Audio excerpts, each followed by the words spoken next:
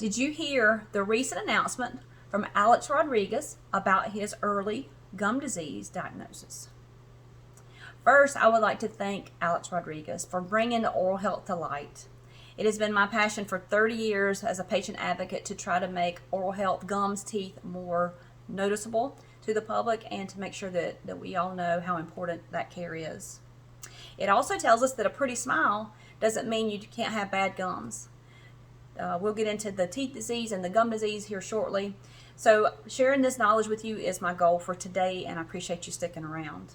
We will discuss tooth disease, which would be cavities, and gum disease, which would be gingivitis or periodontal disease.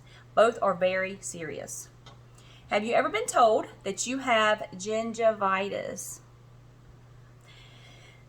I tell patients that news and they look at me like I have two heads. So they're just really surprised that they actually have gingivitis.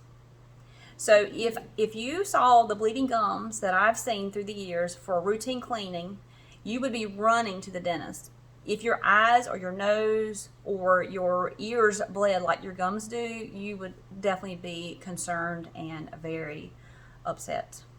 So let's get the basics established. Gingivitis is reversible with proper attention and treatable, as well as periodontal disease. Now, periodontal disease are perio or pyorrhea. Some people know it as pyorrhea as an older term. That is treatable, but it is not curable. We can't just go in and fix it. Most of the time with a cavity with a tooth disease, we can fix it. Gum disease and gingivitis are not definitely necessarily curable, I'll say. Treatable, yes. So let's get started. Gingivitis. What in the world does gingivitis mean? It basically means gingiva, which is your gum. Itis is inflammation, so it's gum inflammation. It's a fancy word for gum inflammation. And it's the first sign of an issue you have with your gums. This would involve bleeding gums, bad breath, swelling of the tissues, redness along the gum line. Your gums are supposed to be coral pink. That's what we learn in dental school, coral pink gums. So a nice pink color. But most of the time, if we have gingivitis, you have redness, at least in some parts of the mouth, not necessarily all throughout. And that's a lot of times the most significant sign that you will notice that you have bleeding gums. My gums bleed when I floss. My gums bleed when I brush. So once you establish that you're not brushing or flossing too hard and your gums are still bleeding, then we definitely have a concern. Think of your gum line being like the collar on your shirt. So your gums are lying there. The bacteria get to the gum line, and they lie there. If it's not removed every 24 hours, and that's why we say brush your teeth every single day and floss every 24 hours. If it's not removed, then the bacteria start going to work, and that's working against you. So if the bacteria doesn't get removed, it can migrate down below the gums, and that can cause the serious issues that we're going to talk about today. So just make sure that you understand removing the bacteria and the biofilm is the first step in getting healthy. All right, so when the bacteria live in your mouth, I've often told patients that the bacteria eat, drink, pee, poop, and make babies under your gums, which is yuck. So basically that's just lying it down. They live under our gums if we allow that. And that is what causes that disease process, which is not healthy for us. So we call that a biofilm or plaque. Plaque is a soft, sticky mass on your teeth. Biofilm is a little stickier. The longer the plaque sits on your teeth, the stickier it gets and the harder it is to remove. So remember that as well. So more often you brush, so brushing at least twice a day is really helpful for that. Making sure that you're at the gum line with that toothbrush and be intentional can also be very helpful. All right, so once the biofilm or the bacteria lie along that gum line or get below, every 24 hours it can harden. That's tartar, which is a term you have heard. Calculus is what we learned, this is the term, and that's hardened plaque. Now, most of the time without a special pick or your dental professional, you cannot remove that. So that lies on the teeth, a lot of times at the gum line, and just continue to irritate the whole issue with the gums. So if nothing is taken to rectify the plaque, the buildup, the tartar, then once irritation sets in, you are past gingivitis and more leaning towards having some more deeper gum issues going on. And unfortunately, this affects your jawbone. That's your jawbone that holds your teeth in. So gum disease, as we discussed, is known as periodontal disease. Pyorrhea, if you were around that long ago, and that just means your gums are being affected deeper than just the bleeding at the gum line. So some symptoms of that would include what we talked about with gingivitis or the red bleedy gums. But we start to go deeper, so we talk about maybe pus coming out from around your teeth. The gums would recede, causing root recession, increased sensitivity. This is a big one. Your teeth start to shift. And you're thinking, why are my teeth shifting when nothing's changing? It is changing, you just don't know it. And the scariest part about gum disease, the bone loss, is it doesn't hurt. Like a tooth will hurt, gums don't hurt, bone doesn't hurt like that. So that's the scariest part, that you can't know what's happening in there. You can also have loose teeth like we talked about, and then have an awful taste in your mouth. It's that pus and that bacteria and that byproducts of the bacteria making that awful biofilm that causes that taste and that smell. So if you look at the Centers for Disease Control, they tell us that adults 30 years and older, 47.2% of them have some form of gum disease. 30 years old, 47%. That's pretty high. Check this out though. If you're 65 and older, 70% of adults have some form of periodontal disease. So it really goes up as we get older. The chances of the periodontal disease goes up as we get older. And so that's something that we want to be sure we understand. So it's more common in men than women, unfortunately. And then smokers have a higher incidence, as well as if you have less education. So if you never graduated from high school, and people that are living below the poverty level are more affected by periodontal disease. So it's something that we really want to get the word out. We want patients to understand the implications and the severity of this, and making sure that you're getting checked and stay healthy as you can. So risk factors that would be poor oral habits. You know that. You've got to brush your teeth. You've got to brush at the gum line, but we don't always think about that, and intentionally is so very important. How many times you stuck the toothbrush in your mouth and just brush your teeth without giving thought of what you were doing? So it's really important that you do think about what you're doing. Intentional brushing is important. Of course, flossing. Flossing has been the gold standard. We've not always flossed our teeth, so that's why we tend not to do it. There are options in other videos that I've mentioned, but let's talk about those again. So a water pick is a great option. Flossing with your fingers. Flossing with a stick. I call a stick. It's the floss handles that have the prefabricated floss on. You just run them between your teeth. Also, rubber tips. You can use a little rubber tip stimulator, and some interproximal brushes. A lot of patients like to use those, especially as you get older. You have spaces between your teeth. That will help you to remove that bacteria and biofilm. Reduce smoking or quit smoking. I know that's so hard. I've never smoked, so I can't imagine how hard that must be, but that really affects the tissues in your mouth. It takes the vitamin C from your gums that you need, and that can make you unhealthy as well. As we just mentioned, the vitamins. It's really important to make sure you're getting your vitamins. They used to tell us our guts were the health, and now we hear our brains were the health. Now the guts determine the health of you. So making sure you get enough vitamin C, making sure you're getting enough omega-3, melatonin, vitamin D, and vitamin B, to name a few, will help your gums. Hormonal changes. Don't underestimate pregnancy. Don't underestimate your menstrual cycle, ladies. That's really important. And menopause. All three of these hormonal changes can really affect your gums and can cause things to just get bad enough where they start developing it, and you may not even realize what's happening. So be very mindful of that.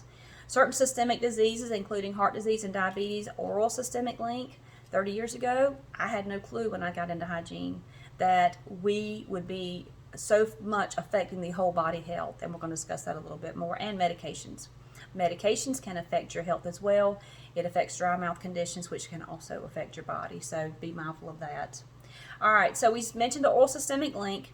Diseases that you can look this up and see, these are affecting, your oral health is affecting these diseases. Now, it doesn't cause those, but the inflammation in the body is transferred from the gums, which is the bloodstream, if the bacteria is under the gums, bloodstream, to the whole body. So now your body's trying to filter all the bacteria, as well as trying to keep these other systems in tow as well. So, heart disease, which includes strokes, diabetes, chronic kidney disease, Alzheimer's, and dementia are also affected by our oral bacteria.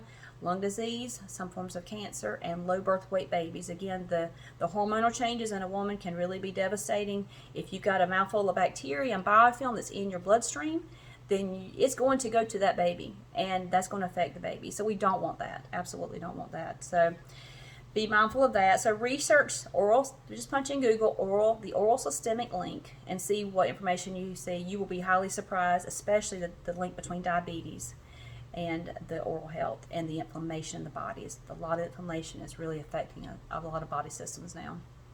All right.